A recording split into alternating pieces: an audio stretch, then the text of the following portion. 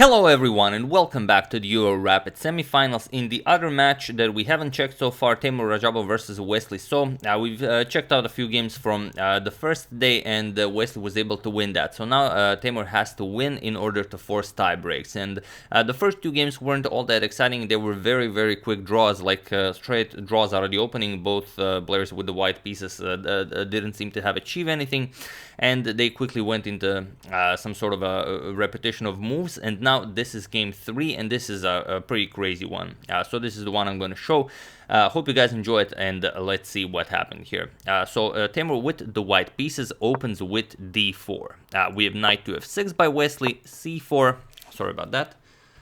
And e6 by Wesley, so preparing to develop the dark square bishop, knight to c3, inviting the Nimzo-Indian, and bishop to b4. So the Nimzo-Indian defense is on the board, and f3 now. The Kmoch variation, white prepares to grab the center with e4 next. So here, d5 and c5 are both very common. Wesley decides to go for c5.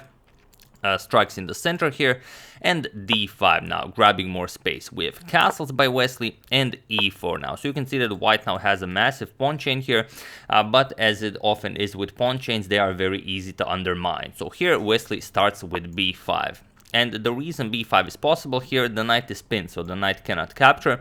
And you could capture with this pawn, but by removing this pawn from defending the central d5 pawn, you weaken the chain a lot. So here, for example, if you decided to capture on b5, then black captures here, and your king is still in the center of the board. And after captures check, rook e8, it's not gonna be a very pleasant game for white.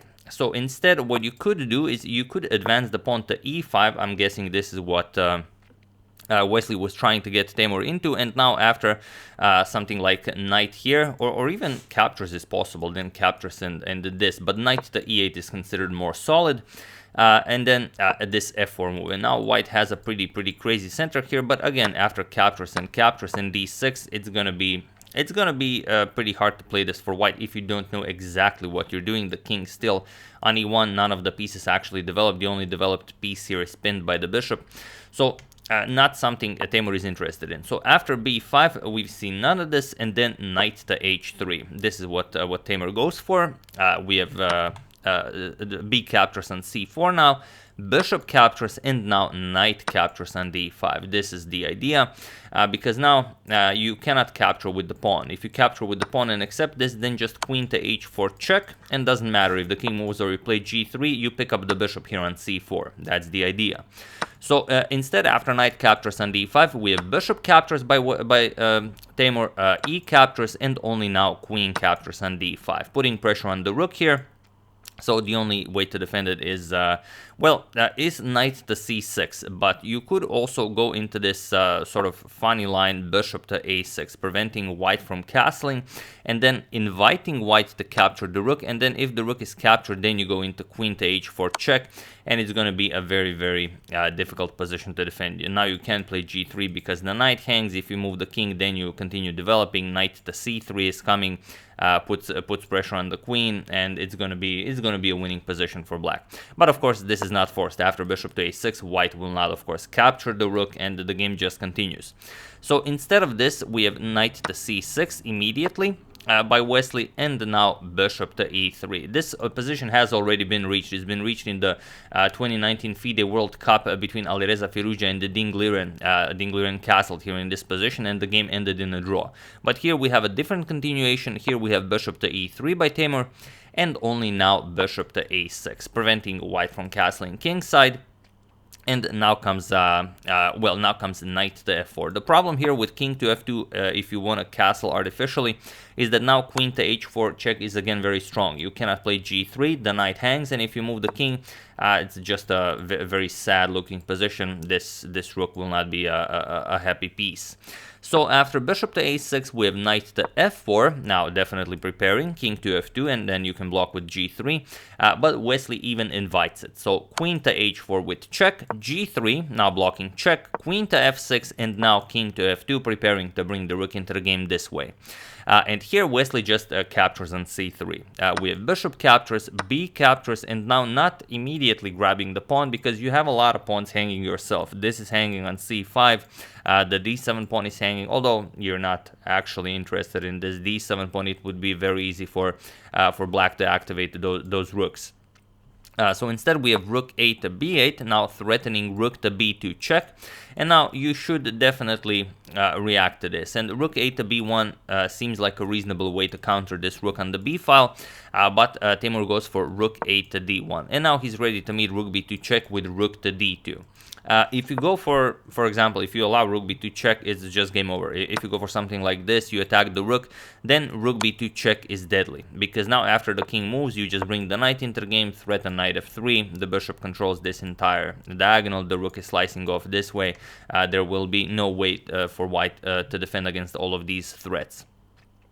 So instead, after rook 8 to b8, we have rook 8 to d1, as mentioned. Now, going after this rook to d2, if rook to b2 check is delivered. But now, knight to e5. There's no rush in going rook to b2 check. The knight is now extremely strong here. And, well, you have to be very careful now. This knight cannot move because of queen captures on f3. So here, bishop captures on c5, goes after the rook, and only now rook to b2 with check. We have rook to d2 blocking, and now comes the absolutely most beautiful moment of the game. Feel free to pause the video and try to find the absolute best move for Wesley here while I give you a couple of seconds.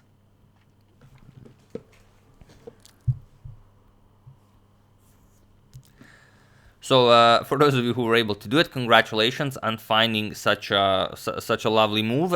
And for those of you who just want to enjoy the show, it's knight to d3 check.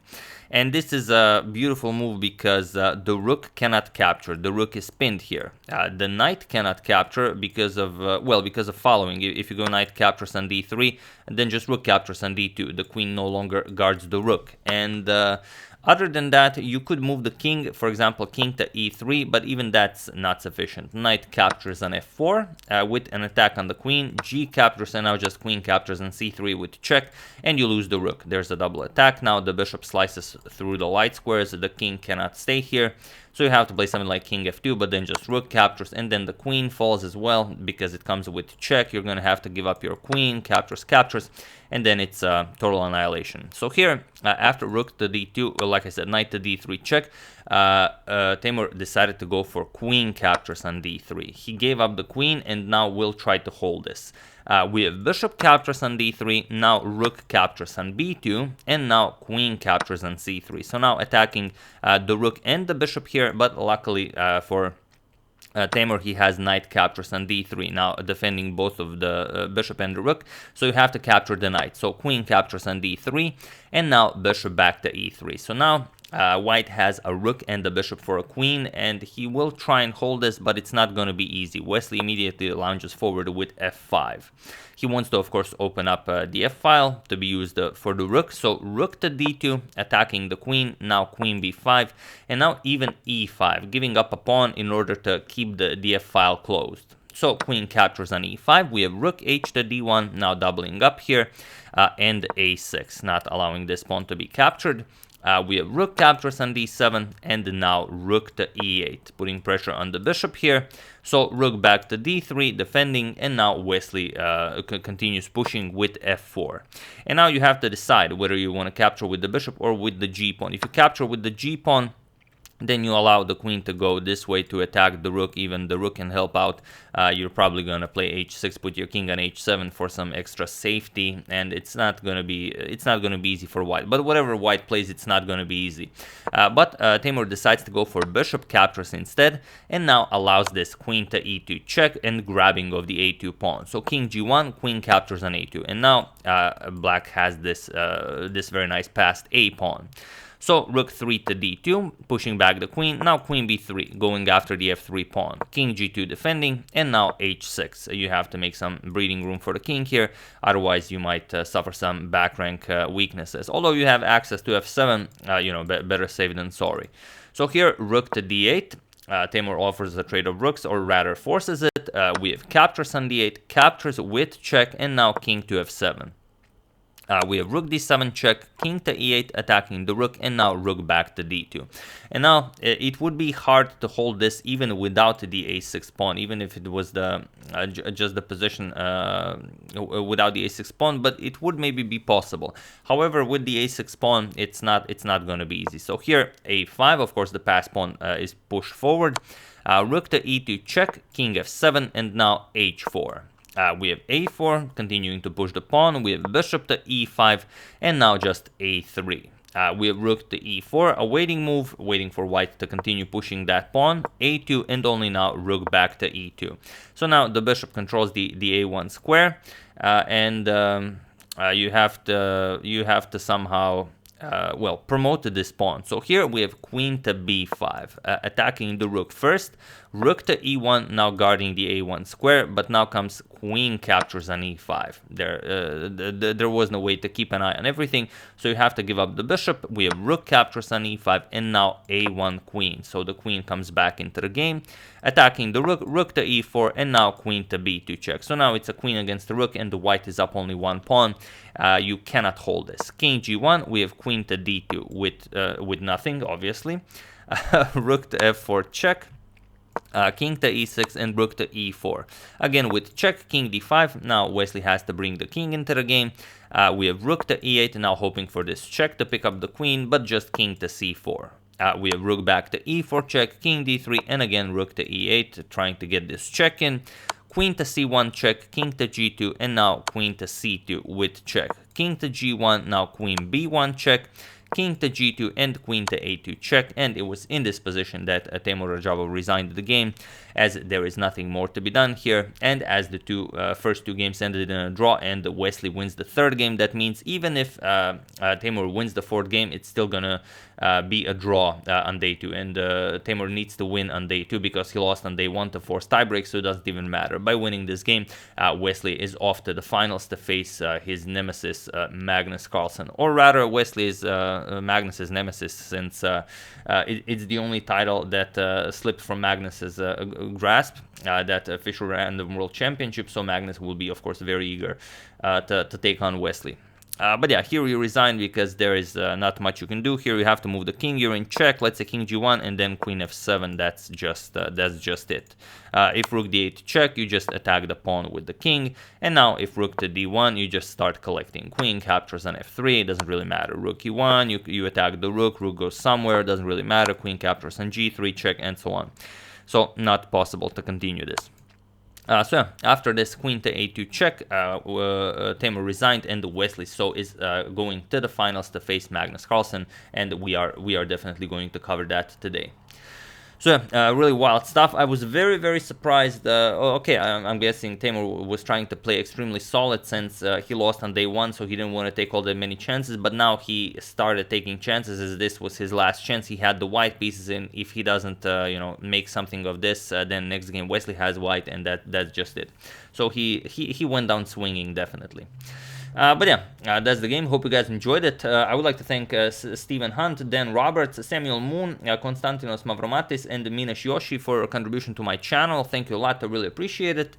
As usual, you can check 2 of my previous videos here. Thank you all for watching, and I will see you soon, continuing the coverage of this very nice tournament, checking up on your wonderful suggestions, and whatever else happens in the chess world. So thank you all. I will see you soon, and have an excellent rest of your day.